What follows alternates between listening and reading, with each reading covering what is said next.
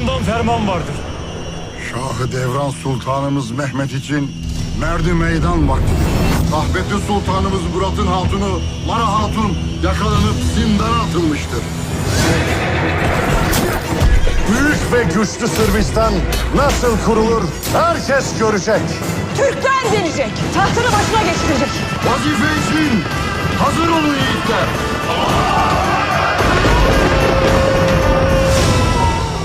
Derhal savaş düzeni al. Bu en büyük afımız olacak. Size adaletin sultanı Mehmet Han'ın selamlarını getirdik. Cihan Fatih'ini topraklarımıza bekliyoruz. Büyük Akıncı Konur Alp. Sonunda kafese girdin ha? Kalbinize girdik. Bir gün bir akıncı kelleni almak için çıka gelir. Sen de kimsin? Adaletin kılıcı.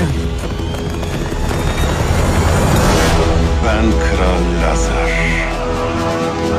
Sultan Mehmet'in kafatasından şarap içmeden ölmeyeceğim. Bu topraklarda tek bir Türk kalamayacak. İntikam benim olsun.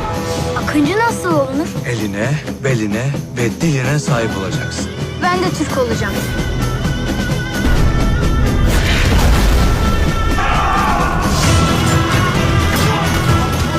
Allahu Ekber! Türkler geliyor!